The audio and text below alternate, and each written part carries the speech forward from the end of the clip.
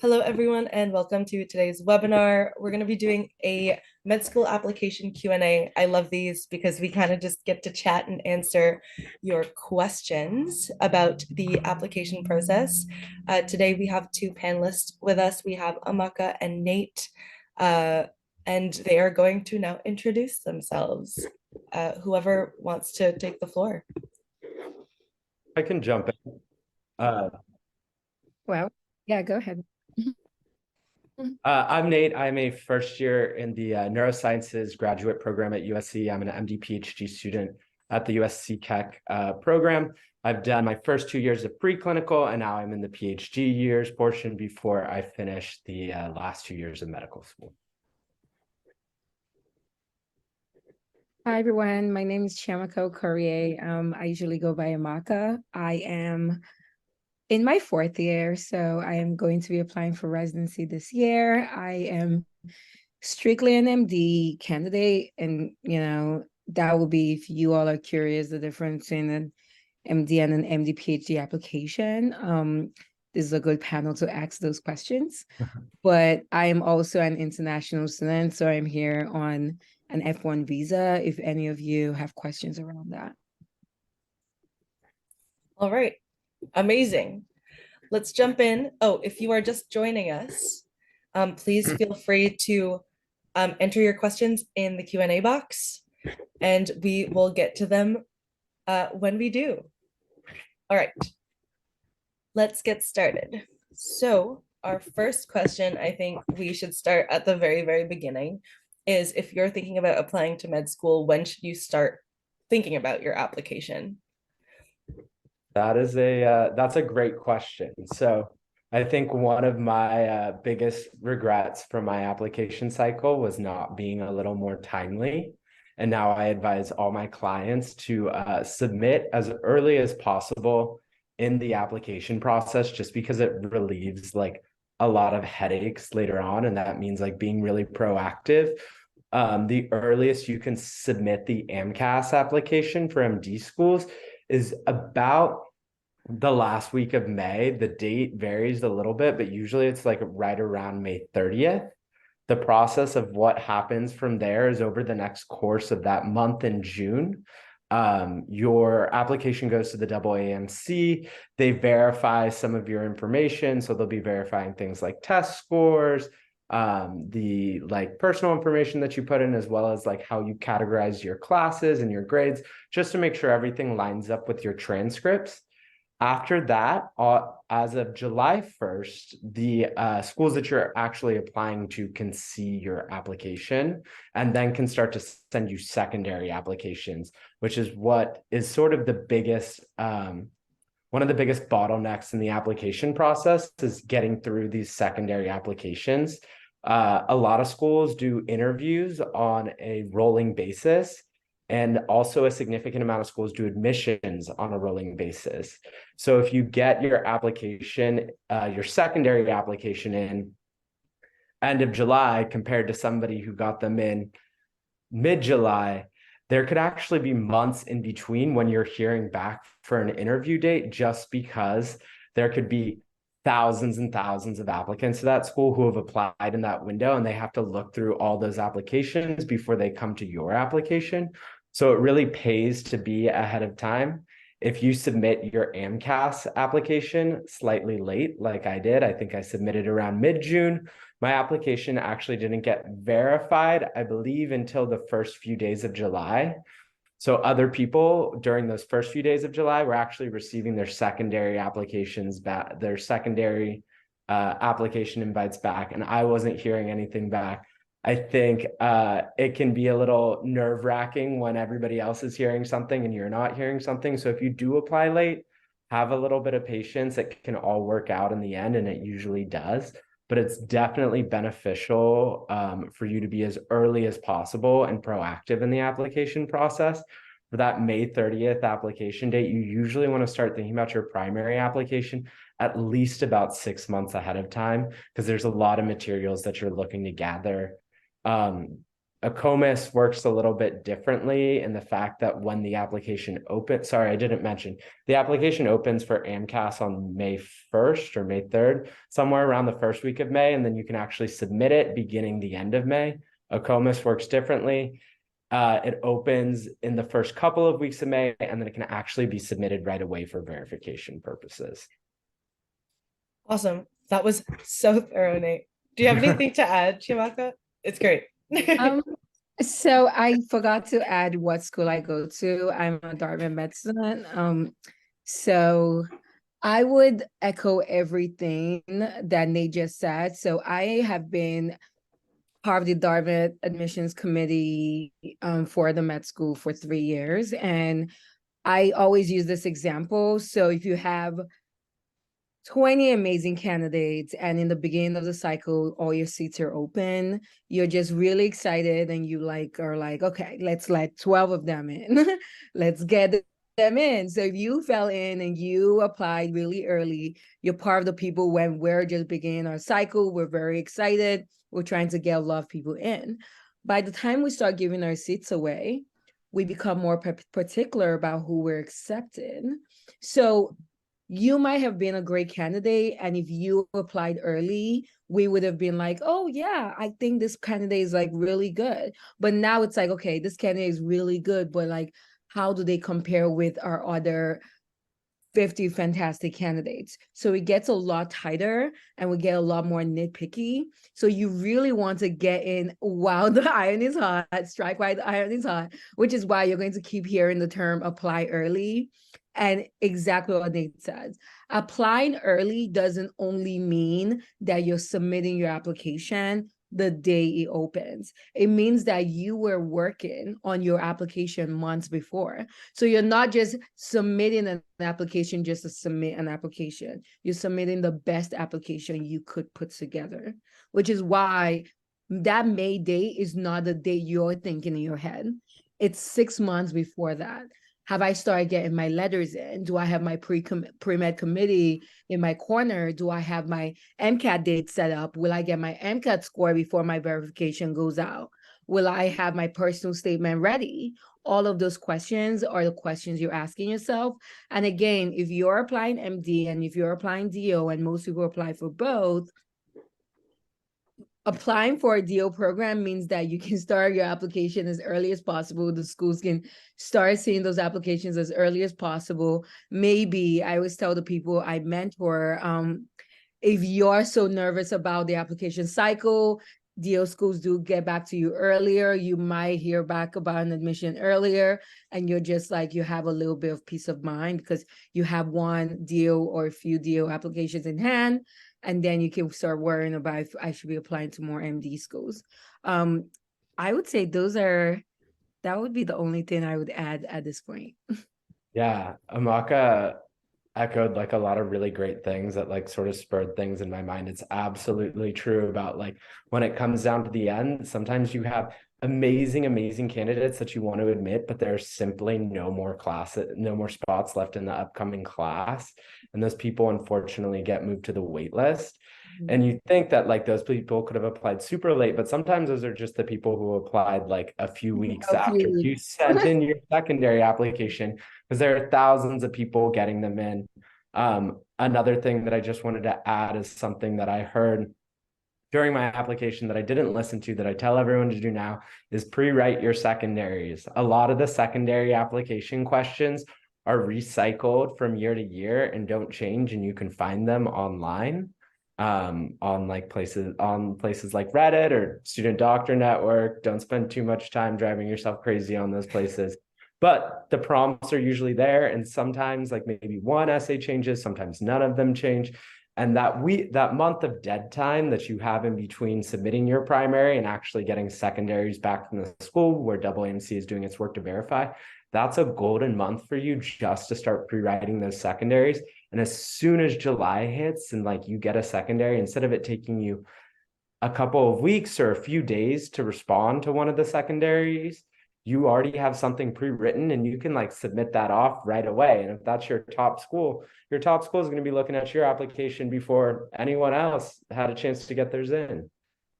That's crazy. I didn't realize that that was how that worked, which is why I'm not Yeah. a consultant and which is why I'm a host for these things. But that's amazing. Thank you guys for all that information. Very, very valuable. So we're going to move on to the next question, which kind of seeps into this. We're going to talk about like an ideal application timeline. So you guys are recommending definitely to get your application started much earlier. But in terms of the components, like let's say specifically your personal statement, that takes a bit of time. Like when in this whole process should you start writing that? How early should you be looking into letters of evaluation, and all of those different aspects? You want to jump in first, Amaka? Yes. No, you go ahead, Nate. Okay. So I think it's definitely personal and depends on the client. I want to talk a little bit more about the big picture of things because I think the question was about like ideal, like how does the whole application timeline look? So again, you submit that primary application around the end of May. Verification happens in June. You get these secondaries in starting up around like July. Then you try to get your secondaries in as quickly as you can. Each secondary that you get, you want to get it in under 2 weeks is like this ideal timeline. Some of them say it specifically. Some schools are more implicit about it. And it just like, it's like this like unspoken thing, but you want to get them back within 2 weeks of them sending it to you. And even earlier than that is better. So then after that, the schools actually start to open up interviews as early as August, where they start interviewing students. Each school has a different amount of time that they start like interviewing from. Some schools interview into like March. Some schools just interview to December or January. And then rolling admission schools, you'll start to hear back as early as like, I think November or October is the earliest they can actually tell you. So rolling admission schools, meaning the schools that will tell you you're admitted once they've made a decision. Other schools wait until they've interviewed all their applicants. That's a little bit more rare and is more common of highly selective schools. And then you hear back from those schools after they've interviewed everyone. And usually that's around January, February. Talking application timeline, again, for primary application, it's like those 6 months before you really want to start to think about things and organize everything. There can be some really important deadlines for like getting pre-health committee letters together that usually come really early at like the beginning of the semester, like around January, sometimes even December, the semester before. If you are looking on getting that type of committee letter, if you're looking on getting individual letters of recommendation, you probably want to start talking to people by around February, March, and making sure you have everything organized and that you won't be scrambling for anything. It also comes on like on your side to be earlier because like if you're going to that bio professor that everybody wants a letter of recommendation from, after they've been asked to write 5 or 6 or maybe 10 letters, they may not have any more time in their schedule to write letters. So being really early on that is really helpful and beneficial there. Really want to start to think about your personal statement and start working on your personal statement and have it completed by the end of March if you don't have it done already. Because that'll give you a little bit of like at least a month or two to sit with it, think about it before you're submitting to MD and DO schools come May. And then like in the in-between of that, you're going to start working on fleshing out your activities. You need to like start to think about ordering transcripts, making sure that hopefully by the time you've decided to apply, you've done the MCAT, that's all wrapped up with a bow and you're good to go on that. But it is a long process. I think it's very common to underestimate the amount of time it takes. It takes a lot of time to put together a good personal statement, and that will usually take you 1 to 2 months to produce something that you're really happy and satisfied with, and then a little more time to sit with it and think about it and think if you want to tweak anything and working on that extracurricular section. Anything that has to do with like writing is going to be those things that really take up a huge bulk and chunk of your time. I would add, so sometimes your pre-med committee might do mock interviews, and when they're asking you for your CV, they're usually also asking for your personal statement for them to write your appointment committee letter, which is why we keep echoing that you want to have something good earlier than later, because not only are you going to be submitting you want to have a good personal statement during submission, your letter writers, your appointment committees are looking for you to send them those letters, that personal statement really early on. So I would say like it's never too early to start your personal statement. Another thing is when you work with someone, I don't know where you all are in the process, but I think I always hear this recurring, well, I'm applying in 2024, for example, and I took this course or I TA'd for this person in 2023 and they really liked me. Please do not wait till 2024 to request a letter. Just don't do that. You might think you're the best thing ever, and I know you are. You really all are.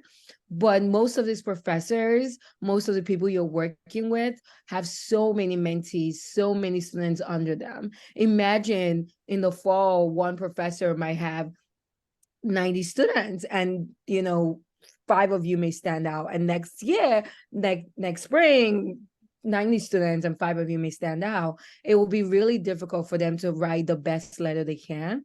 So I always tell people, like, go and Google. It's a service called Interfolio. It's INTERFOLIO. And you just pay a yearly subscription and they store your letters. And AMCAS takes letters from them.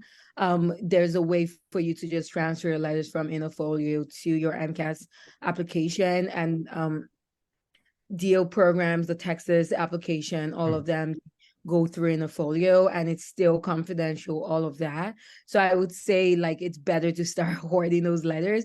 And if they write them and you need them to change the date, it's always better to be like, you've already written me a letter. Can you just change the date on the letter? Or can you address it to this particular DOMD text, like just change wording here and there, then writing it straight out the back. Those are the 2 thoughts that came to my mind. But what Nate said, everything stands. Yeah, that's such a good point. Being proactive with your letters is so much better and really pays off. If you are somewhere early in the pre-med years, be proactive with your letters.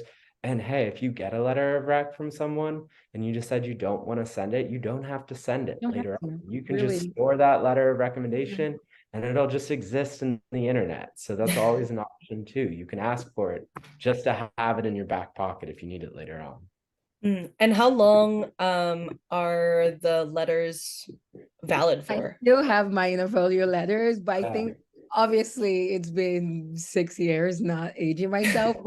So at this point, you can actually maybe go back and read them because it's expired, but you can renew it every year as long as they'll send you an email that, hey, your subscription is expiring. I think it's at least good for 3-4 years. I had my letters in there for years and you're still there till today, but I didn't pay in the last 4 years, so you're expired. So as long as you pay, and I was a really broke pre-med, still a really broke student. It wasn't an exorbitant amount. It really wasn't. It was very reasonable. It's really helpful to use that service. If something happens one application cycle, you'll have them for the next application cycle or another 2 years when you decide to apply again. They're still going to be there. I promise we're not sponsored by them, but they are a great, helpful service. Yeah.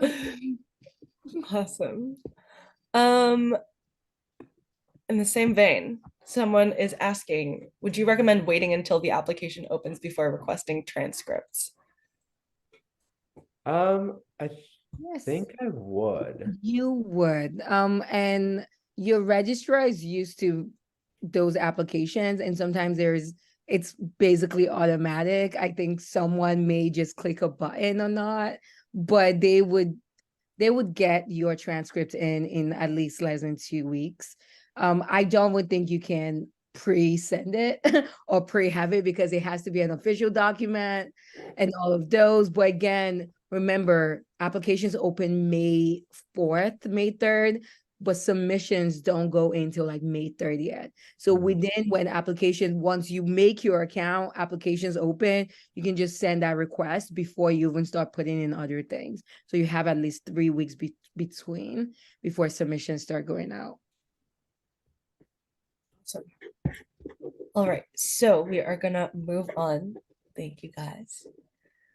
All right, so in terms of preparing your actual application, would you recommend any kind of preparation or any kind of research that you do before filling these, like your primary application out, or even your secondary application? Yeah, a lot of research. Yes. There's a lot of research that goes into it. I think you really want to look at resources on how to write a strong personal statement for medical school. That's the number one thing. Is you'll want to do a lot of reading of other examples of personal statement and draw inspiration. I know the company is working on like publishing some really high quality personal statements to help you get there. There's also other resources online of examples of personal statements. And then when it comes to secondary essays, you really want to like research the school so much and so in depth. Like that is something that will really change their perspective on your application, especially if they're borderline. They want to know that you have an interest in their school and that this isn't just like an application that you've sent out to every other school. So it really helps to know, especially for certain questions, to know their programs that they offer, know what distinguishes their medical school, know their philosophy, their mission statement. And all of this is really like easily available online to like have all these resources to like really get to know and understand the school before you hit submit on that secondary. You don't want to come across as desperate, but you want to come across as well-researched for their school and that you have made a thoughtful consideration in choosing to apply.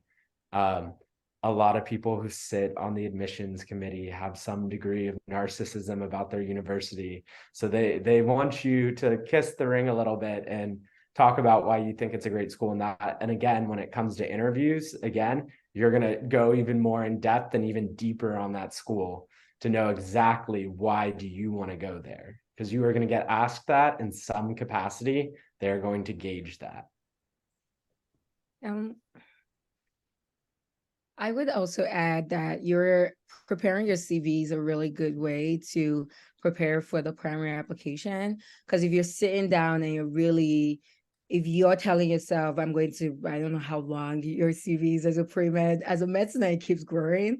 But if you have a 2-page CV, what do I really want to convey in my CV? I think that starts to build your application persona. Like, what do I have? Another thing you should really research on are the different parts of the extracurriculars in MCAS. So they usually ask about hobbies. They ask about clinical volunteering, non-clinical volunteering, paid opportunities, research. I think there are like 15 categories. So you want to go in and you want to research that, and you want to ask yourself, do I hit a good amount of this points or this categories? Again, this is not a checkbox.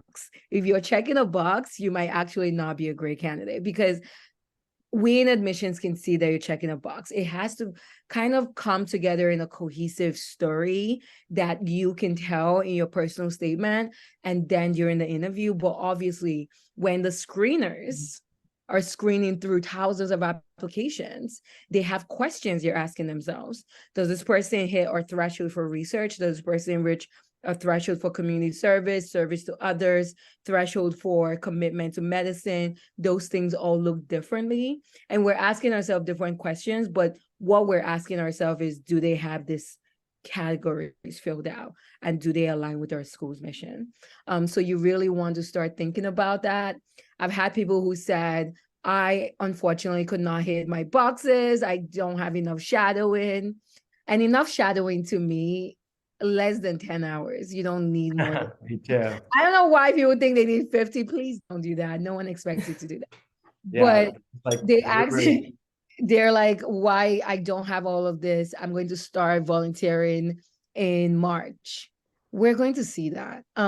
When I look at an application, the system automatically gives me an actual timeline when you started something and when you did it. So I don't have to go in and read. It like populates the timeline and where you're overlapping. So if we see that you've done something for a month right before application, it begs the question if you cared about that. So you really want to start applying yourself to this commitment to others, extracurriculars way before, because a longitudinal investment means a lot more to me than a scramble at the end while before you apply. Beautifully Yeah, said. Mhm. that's absolutely true.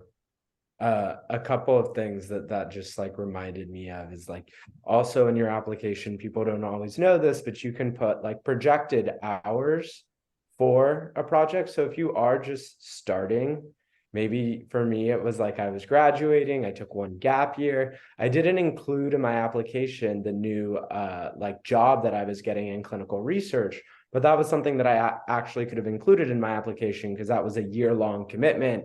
I knew that I was going to be working 40 hours a week in the clinical research field. That is something that you can put in with your end date being May right before you start med school or June right before you start med school. So you can put in those projected hours, but don't go crazy with it saying like you're going to do 10,000 hours of volunteering that you're not going to do. It's really something that you've already started and that you were planning on continuing to do and can sort of explain in your application, and then it may come up in interviews. Another thing that I just like wanted to mention, because we had the conversation about transcripts, there are obviously like classes that fall under science GPA, and they're like AMCAS will categorize those for you as science classes or non-science classes. The rule of thumb is the class has to be more than 50% science content. So you don't have to think of those classes as just the ones with the biology prefix, chem or physics or math prefix. Like there are other classes that maybe you have taken, like maybe you have taken a neuroscience course or a gerontology course. These are classes that can then be considered in your science GPA so long as that it's 50% science content. Cool. Thank you guys. So we're gonna move on. I think to kind of add, because you guys were talking a lot about work and activities, just like as a brief little thing. How would you recommend choosing the work and activities that you include? Because I know that there is a limit to how many you can put on the application. Yeah, I think the application is like maybe 15. Yeah. Is that right? Yeah. Yes. And then there's also like the huge variety of different categories you can put them in. I think first off, you can get rid of anything that you did in high school that you did not continue into college. It's amazing. Like you want a prize, leave that Yeah. in. Yeah, we like Yeah. if it didn't happen in college and you didn't continue it into college, we don't really care about it. It's been 4 years. We're more concerned about what you've done in the last 4, I don't know, or maybe 8 years, whatever's happened since high school. Anything like that can be cut. I think things that were like not longitudinally continued.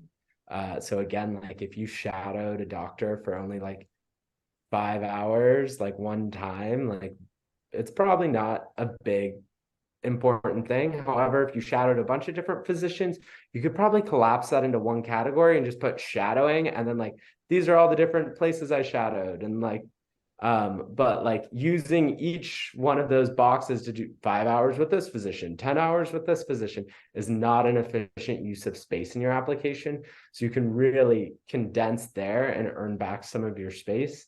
I think also like Amaka said, she said, tell a narrative with your application. We like to see a common thread about what you are passionate about. And that's why I always advise my pre-med clients, like follow your passions. If you are not passionate about research, you do not have to actually do research to get into a medical school.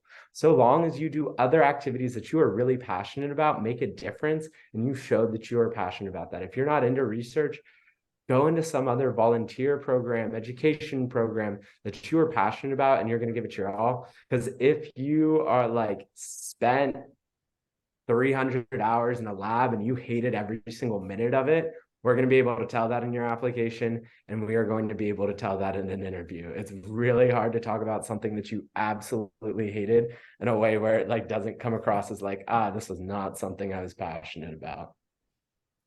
Yeah. I would say the rule of thumb is, can I talk about this during an interview, and will I light up when I talk about it? If the answer is no, and you have, I mean, I doubt a lot of people have more than 15 things that they're just like really struggling to put everything in. But if you really do come to that point, condensing things, trying to figure out how one thing can go into another thing. For example, if you went to a lot of conferences, that can go under your research, and you can just list, or if you have publications, that can go in. I mean, if you do have publications, that is something that's worth a standalone. But if you already are putting your most meaningful as a research, you have enough space to talk about those publications there. So even if you have a really cool, amazing hobby, I would say that's even worth a space, a category where we're trying to humanize you. Because med school, I get it, it's hard, it's science, all of that, but we are humans. Life is going to happen in the next 4 to 7 years. You're going to meet and grow as a person, and we want to like connect with you as a human being. So like if you do have something worth connecting with, put that into your application. It just has to be true to you. And you would be surprised who connects with you. And you want to go to an institution that connects with you. So just really think about that when you're thinking of what to add or what to remove. Beautiful. Absolutely. Yeah, like I think Amaka mentioned like hobbies, like that was something I didn't even know I would be putting in AMCAS. And I put down that I was like a yoga instructor and practice yoga. And I was so surprised how much of my interviews at every single school somehow ended up on that topic of conversation. I was like, I have this research I've done. And they're like, no, I want to hear about your yoga. And I was like, okay, cool. We'll talk about it. He's a good one. I always love to see photographers because I like photography. Yeah. You just never know. You actually never know.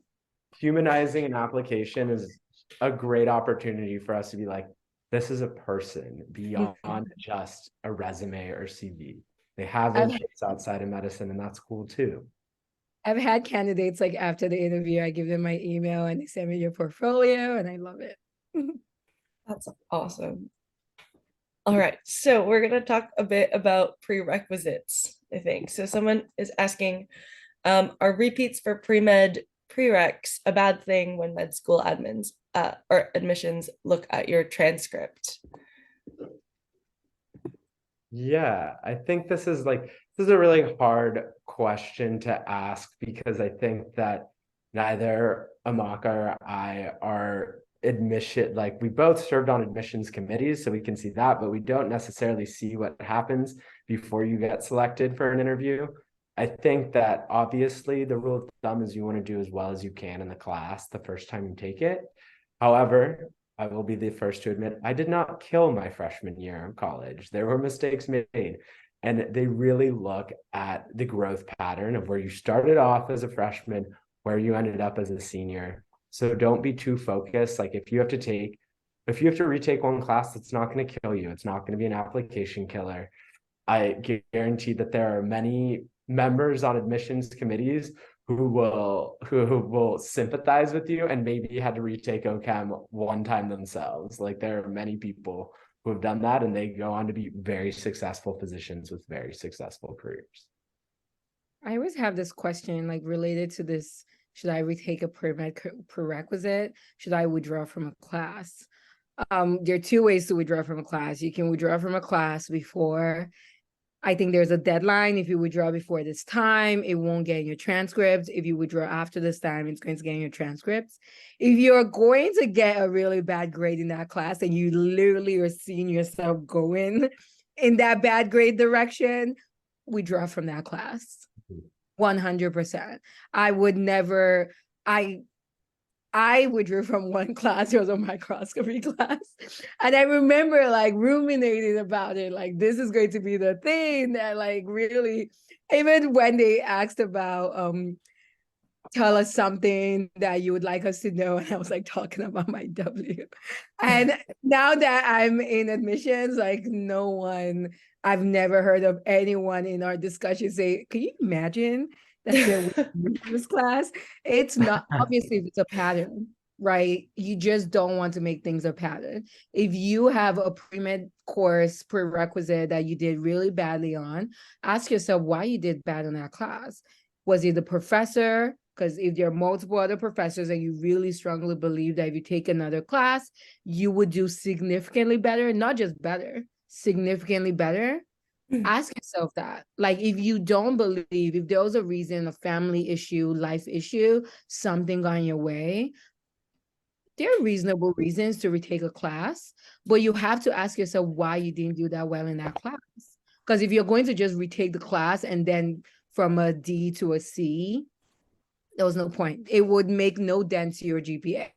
In fact, that would really reinforce that class really was a bad class for you, because now I'm like, ooh. But if you have this track of a D to a B, a C to an A, that looks amazing, an A minus, that would look great. But so you have to really ask yourself why you didn't do that well in that class.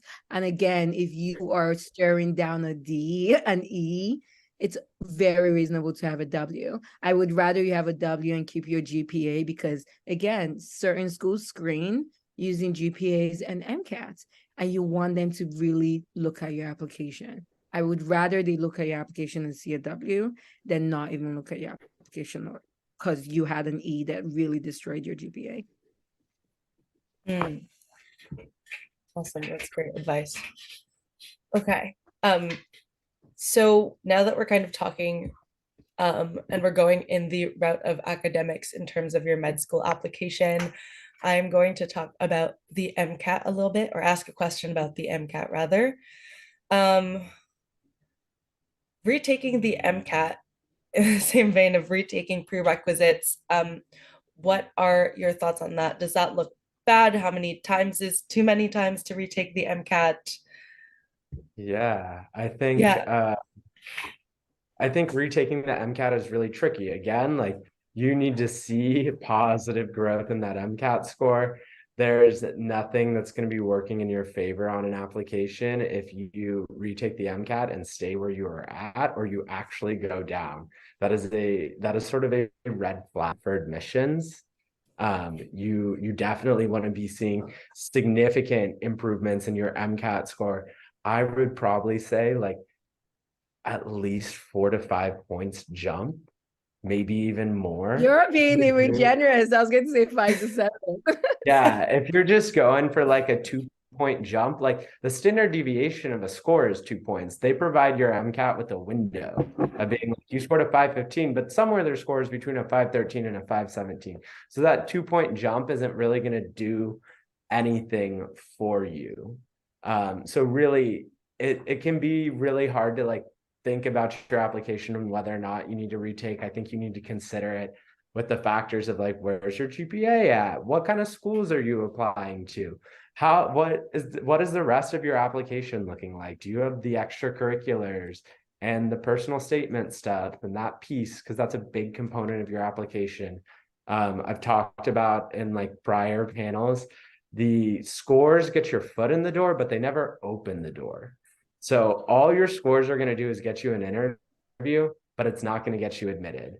I can say, at least from personal experience, like once you have like an interview, the admissions committee doesn't really look at your scores as much as they look at everything else on your application. That's what they're focused on, because if you've already scored an interview, the admissions office is saying, hey, we're comfortable accepting this person with the test scores, the GPA that they have. Evaluate them based on their other characteristics. So again, retaking the MCAT, to go back to the main point, it's really highly individualized, but if you're retaking it, you got to be seeing significant improvement.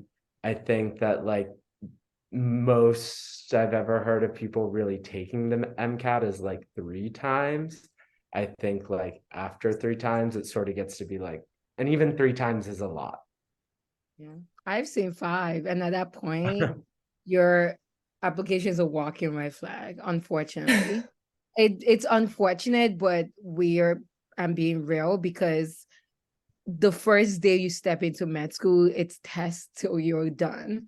You have boards to pass, and the MCAT is just the first step in a series of multiple tests.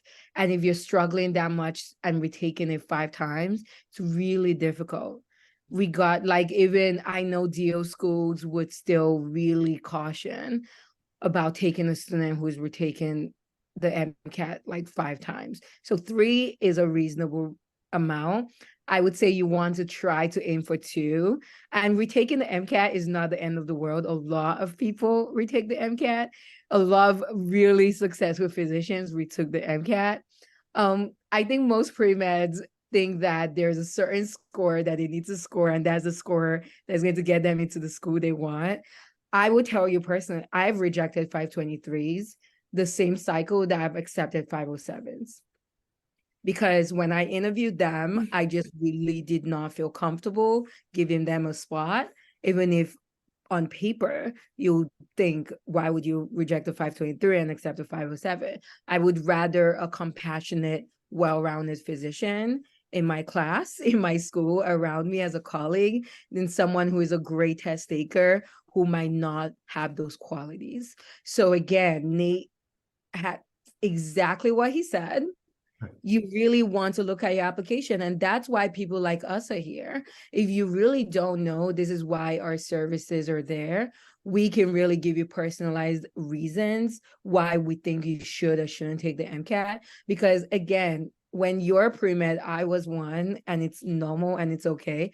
You really do overthink the minutia when you should be looking at the big picture. Absolutely. And I think another thing, just to stop on while we're talking about the MCAT, is don't take it just to take it. Take it when you're ready. I postponed my MCAT date, and I was very happy postponing my MCAT date because I wasn't ready to take it. And there's no shame in postponing your MCAT date. It's worse to take it when you're not ready. And it's not that kind of test. Like, I feel like it's not like the SATs or ACTs where you just take it and see where you're at, and you're like, okay, I'll go upwards from here. You want to take that test the first time and be absolutely ready to kill it. And even if you don't kill it and retake it a second time, that's all good too. But you want to be ready that first time. How long did you guys study for your MCATs? Out of curiosity. I was working a full-time job when I was, again, all of these things, like there are different levels of privilege when we're having these discussions, which is why really everything is very individualized. Some people really are not working, and all they have is time to study for the MCAT. They have tutors, they have so many different things. And obviously I love conversations about equity in medicine. So you have to look at your situation. I was working full time. I really cannot remember. I feel like my MCAT was so long ago. Oh my God. But I think I gave it a good 4 months of working full time, studying here and there as much as I could. And then at the very end, I really ramped up to studying full weekends, full days, giving myself like that space. You really do want to like find a time where you're not so busy, especially closer to the test, because regardless, and yes, we all have different economic situations, things happening in life. You have to be able to sit for a full test. You have to be able to sit for full practice test. You have to be able to like finish as much material as you can. So try to see what can work. If you're taking a gap year, I think you really have to consider your job, what job you're going to be taking, and how much time and space and opportunity. There's certain gap years that I worked in a lab. I had downtime in my lab. I would sit down in my lab and study while I set up my experiment. If you're working as a scribe and you're working a 9 to 5 and you're coming home, you're exhausted, your weekend is for laundry. So you really want to consider when you're choosing opportunities for a gap year, or if you're choosing your 4th-year schedule or your 3rd-year schedule, you want to take these things into account. Yeah, it's definitely, Amaka's so right. It's so context dependent on like how much time you will have in your day-to-day, depending on how long it'll take you to study, because it'll probably take everyone around the same number of hours to get there at some point, but it depends like how many hours are you going to have each week. I think and like how fresh you are. Like if you just took a lot of the pre-med courses, then you're probably super fresh on the content. If you haven't taken like Gen Chem in like 5 or 6 years, like it's going to take a while to get some of that back. Um, for me, I think I took about 2.5-ish months. Where I was like pretty solidly just like focused on MCAT. It was between my junior and senior year. I took a class in the first half of the summer, did like a little month-long study abroad, and then I came back and I just like hit the books. I was working like maybe like 1 or 2 days a week as a scribe in my downtime, but I was spending like maybe 30 to 40 hours a week studying for the MCAT. And I think, like Amaka said, it's a marathon until it's a sprint. And at the very end, it is a sprint to the end. Like those last 3 weeks, 1 month leading up to your test date, it is an absolute sprint to make sure that all of the content that you've learned all over again is stuck in your brain. I think one thing that saves like a lot of medical students' lives now that like I had no idea existed when I was in undergrad is Anki, which is like a spaced repetition flashcard app.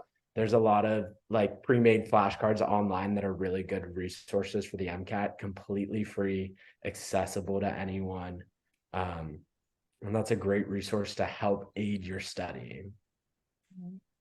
And while we're on the matter, I know we're not MCAT tutors, but I also did not know that UWorld existed for pre-meds. Oh yeah. A lifesaver for med Game students. I changer. mean, you cannot take the boards without UWorld, but there is UWorld for pre-meds. And if I actually had UWorld as a pre-med, I feel like it would definitely have been a game changer. Again, UWorld tends to be more expensive. So really, if you cannot financially handle it, do not force it. There's so many other, I know Pixarize has a biochemistry. So Pixarize and Sketchy are things med students use where it's an animated way to remember facts about certain topics. Like Sketchy really deals with microbiology and antibiotics and things like that. Pixarize really has a great pre-med biochemistry portion. So just really think about how you learn as a person.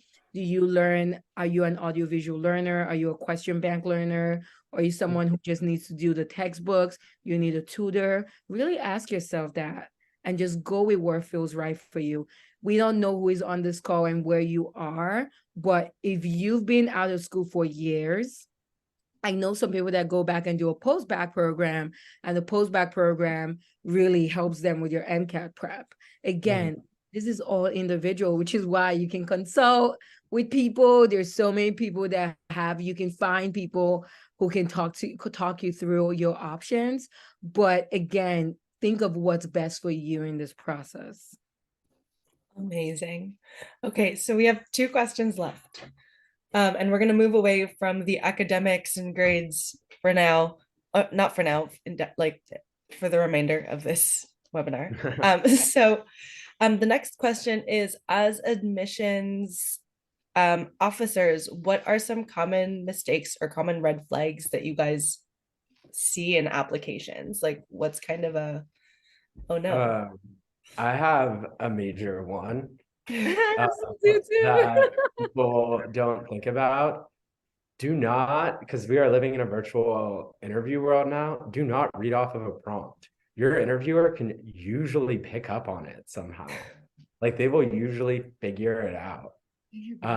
So do not read off of a prompt or a script on your screen, because they will somehow figure it out and then they will not be happy. That is like a major red flag, because it's a huge ethical consideration. Is if this person isn't going to follow, like if this person isn't able to act ethical in an interview session, how could I have confidence in them acting ethically as the doctor? So anything like that, where it gets into like the world of dishonesty, that would be a major red flag in your application. Just don't do it. You can practice questions beforehand, but don't have your notes app up on your screen with exactly what you want to read, because we'll notice it. I would say on that line, you also should practice, but don't over practice, because yes, it's great that I know that you took this interview seriously and you practice, but we're two humans having a conversation. I need to feel like I am talking to a person. If I feel like your answer is robotic, nothing is more of a, I don't know if I connected with this person on an interview flag than that. I would say my personal pet peeve, and I really do. I really don't like that this is something I look out for, but regardless, I feel like you should have you have family members, you have friends, you have mentors who can look over your application. There is no reason, even on an equity standpoint, where you should have grammatical errors in your application. There, especially your personal statement. If you have errors in your personal statement that should have taken you months, there is no reason. I start to ask myself, does this person have mentors? How good are their mentors? Do their mentors even like them if they never pointed it out? Did they not take this process seriously? It's something I started to circle all the grammar errors.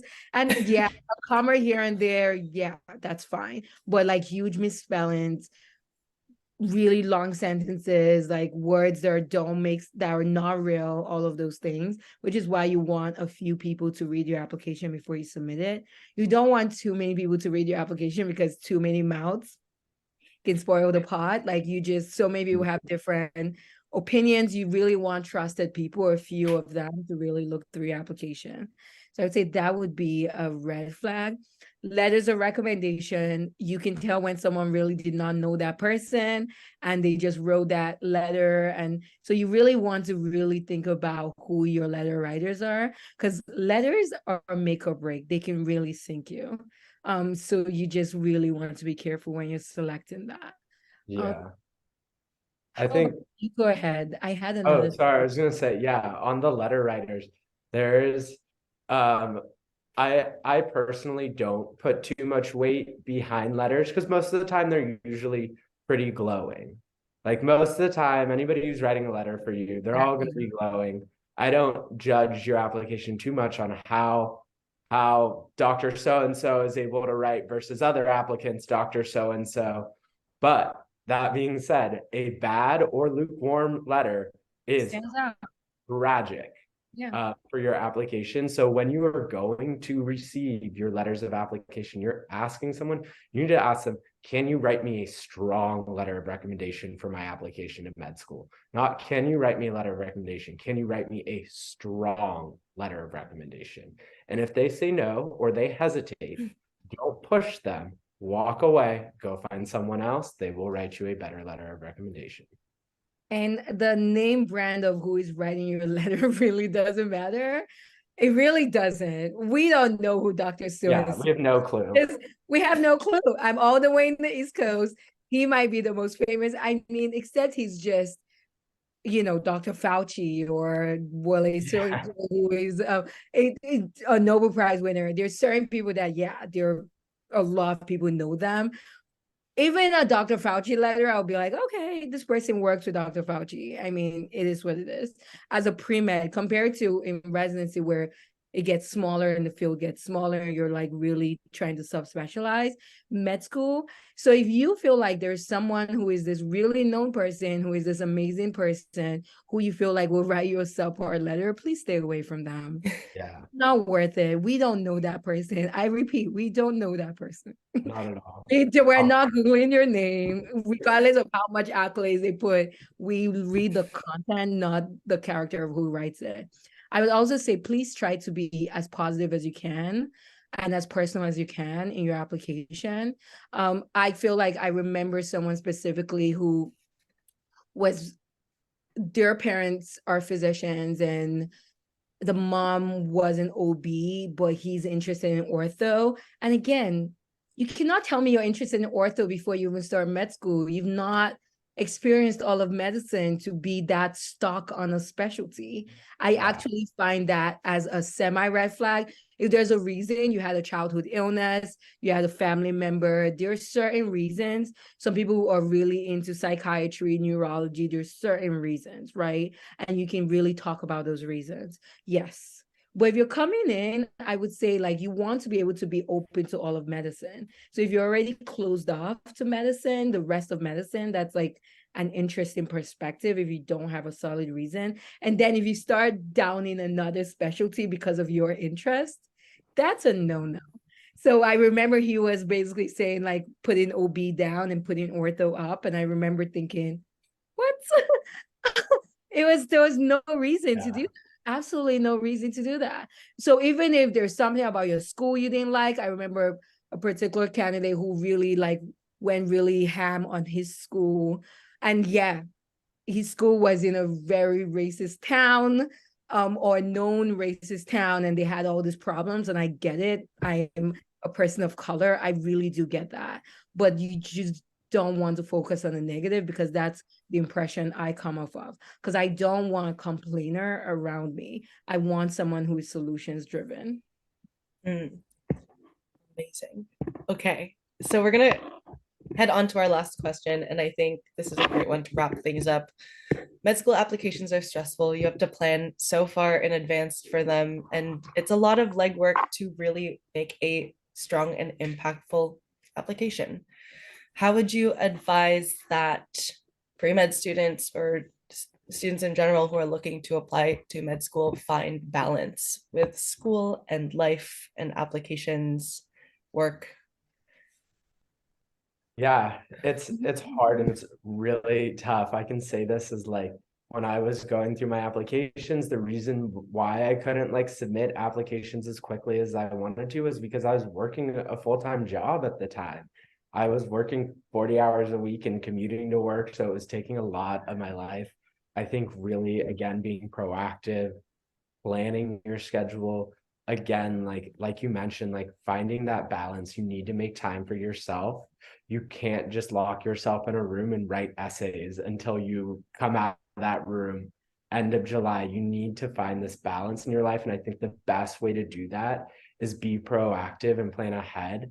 Utilize the resources that you have around you. If you have people who can help you with the application or like help you in life, take a little bit off your plate so that you can focus more on the application, utilize those resources. So if that means like going and finding a counselor or like having a trusted mentor help proofread your application, or even like your friend who's an English major read your application beforehand, that's helpful. Like that's what I use for my personal statement. Is I had a close friend who was an English major and also communications. I was like, read through this.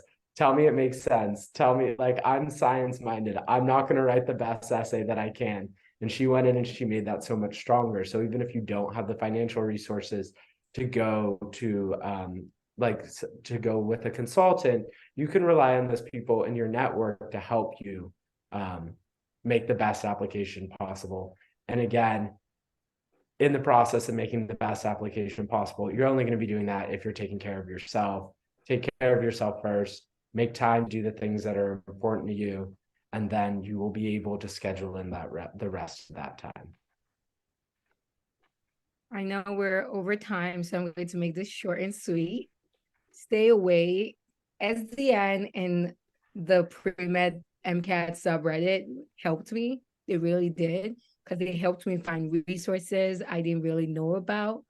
But you don't want to ruminate on there. Remember, a lot of people are anonymous on these forums. So when they're telling you that they got a 520, 100, and they have 500 million hours of this, and they're going to get into Hopkins and this and that, please don't really focus on that, because these are anonymous minds. You never know who's trolling. You never know who's not.